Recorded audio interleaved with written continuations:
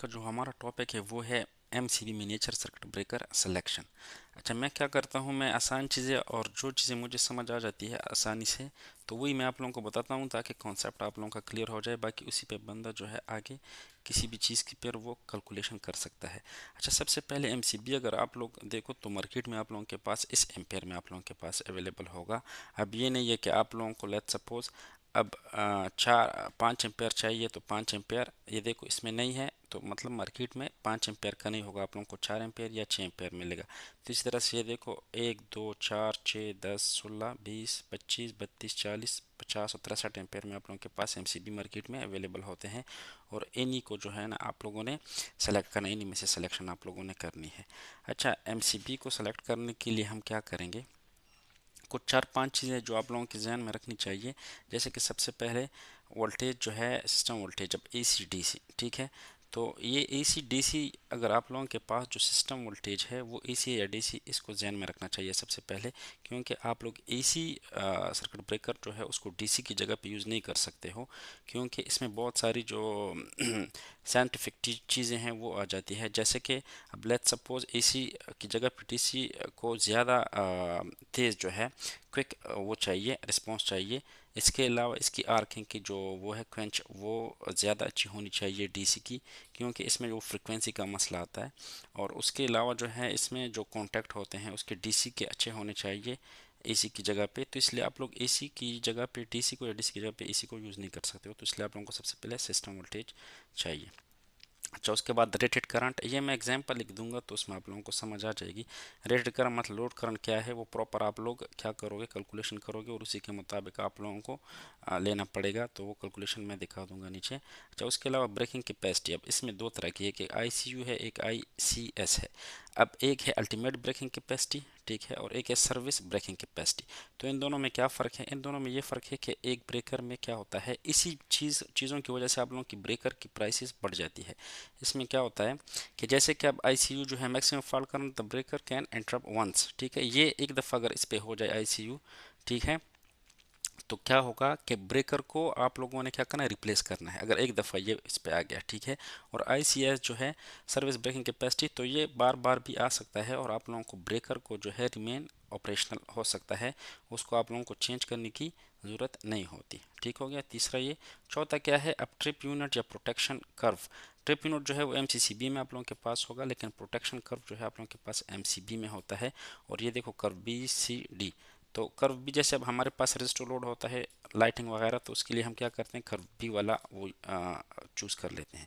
इसी तरह नॉर्मली हम जो घरों में यूज़ करते हैं वो कर्व सी होता है, क्योंकि उसमें हमारे पास जनरल लोड भी होता है, मोटर्स वगैरह भी होते हैं, तो उसको हम क्या करते हैं, कर्व सी नॉर्मली यूज़ होता है। और डी जो है अगर हाई एंड रश मोटर्स वगैरह इंडस्ट्री वगैरह में, तो फिर हम कर्व डी को यूज़ करते हैं, ठीक है। इसके अलावा देखो शॉर्ट सर्किट कोऑर्डिनेशन, 5 नंबर पे है। तो 5 नंबर में क्या है कि ये देखो आप लोगों का जो सर्किट है ना वो कोऑर्डिनेशन आपस में उसका ठीक होना चाहिए। इसका क्या मतलब है कि जैसे कि अब आप लोगों के पास जहाँ पे फॉल्ट आया तो उधर ही आप लोगों का वही जो क्लोजेस्ट ब्रेकर है वही ट्रिप होना चाहिए। क्योंकि जैसे हमने एक जगह पे वो टेस्ट किया तो जो ब्रेकर हमारे पास नज़दीक था वो नहीं ट्रिप हुआ, लेकिन पीछे जो ब्रेकर मैन ब्रेकर लगा तो वो ट्रिप हो गया।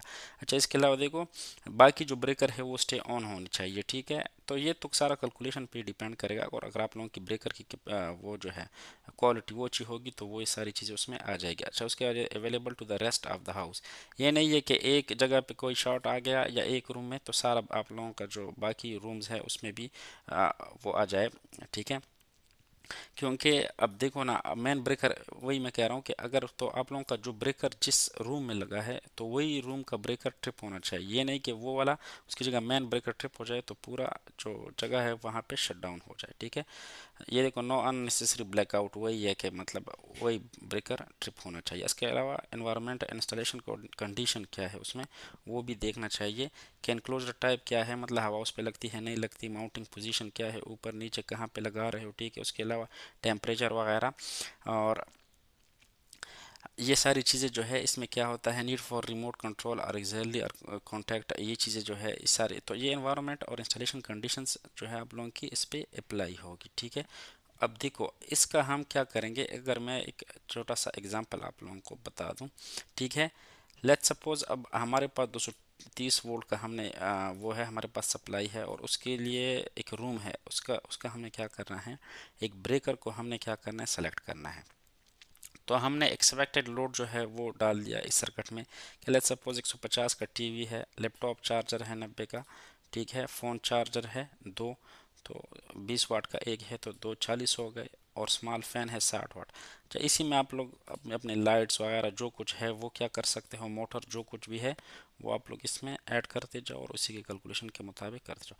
अच्छा, टोटल पावर अब हमारे पास क्या आ गया, जब इन सबको हमने जमा किया तो 340 वाट हमारे पास टोटल लोड है। तो 340 वोल्ट के लिए अब हम कैसे वो ब्रेकर को सेलेक्ट करेंगे।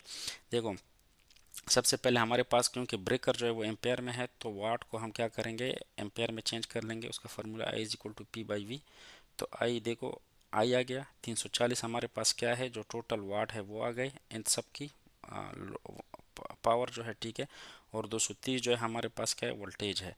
तो हमारे पास हम जब इसकी हमने 340 को 230 पर डिवाइड किया तो 1.48 एम्पेयर हमारे पास क्या आ गया, अब हमारे पास एम्पेयर आ गया। अब क्या है कि इसके अलावा इसमें क्या चीज़ होगी, अब जब आप लोगों के पास पूरा वो आ गया ना एम्पेयर, अब ये एम्पेयर हमें मिल गया, तो उसके अलावा आप लोगों को 125% क्या करना, आईसी रूल है कि 125% सेफ्टी जो फैक्टर है वो आप लोगों ने अप्लाई करना है इसमें, हर एक ब्रेकर में इसी तरह होता है, ठीक है। तो ये क्यों करते हैं, ये भी मैंने यहाँ पे लिखे हुए हैं, देखो कि draw more current when starting, ये जो भी आप लोगों के पास चीज़ होती है वो थोड़ा सा ज़्यादा करंट लेती है स्टार्ट में, ठीक है। उसके अलावा टेम्परेचर इफेक्ट हो सकते हैं, केबल की रेजिस्टेंस बढ़ सकती है आप लोगों के पास, ठीक है। और लॉन्ग टर्म जब कंटिन्यूसली आप लोग का लोड चलता रहता है तो हीट हो जाता है, वही रेजिस्टेंस वगैरह इसकी वजह से बढ़ जाती है, ठीक है। और small overload should not trip the breaker instantly, ठीक है। स्मॉल जब कोई ओवरलोड हो जाता है थोड़ा सा, तो ऐसा ना हो कि 1.48 पे ही वो फिर ब्रेक हो जाए, तो इसलिए थोड़ा सा उसमें सेफ्टी फैक्टर को रखा जाता है इन चीज़ों की वजह से, अगर तो कोई थोड़ा सा एम्पेयर बढ़ जाए तो ताकि ब्रेक ना हो, ठीक है। ये देखो, प्रोटेक्ट द केबल, वही केबल भी इसी चीज़ों की टेम्परेचर वगैरह की वजह से इसकी जो रेजिस्टेंस वो बढ़ जाती है, ठीक है। अच्छा, अब क्या किया हमने, एक 125% मतलब 1.25 इसमें हमने ऐड कर दिया, और ठीक है। तो अगर आप लोग 125 ज़रबे 1.48 कर लोगे तो कितना आएगा आप लोगों के पास, टोटल 1.85 एम्पेयर आ जाएगा। वैसे ये हमारे पास लोड का क्या था, 1.48, लेकिन हमने सेफ्टी फैक्टर के लिए 125% उसमें कर दिया, तो 1.85 हमारे पास, अब हमारे पास ये लोड टोटल इस रूम के लिए या इस लोड के लिए आ गया।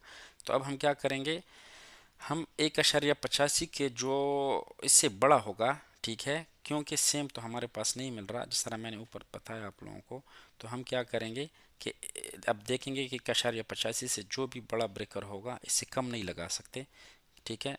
लेकिन इससे हमारे पास जो भी बड़ा ब्रेकर अवेलेबल होगा मार्केट में वही हम यूज़ कर लेंगे। जैसे कि अब 1.85 है तो हम क्या कर लेंगे, नियरेस्ट स्टैंडर्ड एमसीबी रेटिंग, तो अब हमारे पास स्टैंडर्ड एमसीबी रेटिंग 6 है, 10 है, 16 है, ठीक है। तो हम क्या कर लेंगे, इधर ही से हम क्या करेंगे, रेटिंग अबव क्या है 1.85 से 6.1, तो 6 एम्पेयर, तो 6 एम्पेयर हम क्या कर लेंगे, इसको हम चूज़ कर लेंगे, और ये एम्पेयर हम इस लोड के लिए लगाएंगे, ठीक है। अब इसके अलावा कर्व वगैरह वो तो मैंने आप लोगों को बताया कि आप लोग बी सी या डी जो है वो जैसे यहाँ पे आप लोगों को बता दिया, तो उसी पे आप लोगों के पास डिपेंड करता है, ठीक है। तो ये जो अब हमारे पास है इसके लिए तो हम normally B curve B use कर सकते हैं, लेकिन जो घरों में हमारे पास होता है उसके लिए हम नॉर्मली कर्व सी यूज़ करते हैं, लेकिन ये जो भी हमने कैलकुलेशन की इसमें हम कर्व बी यूज़ कर सकते हैं।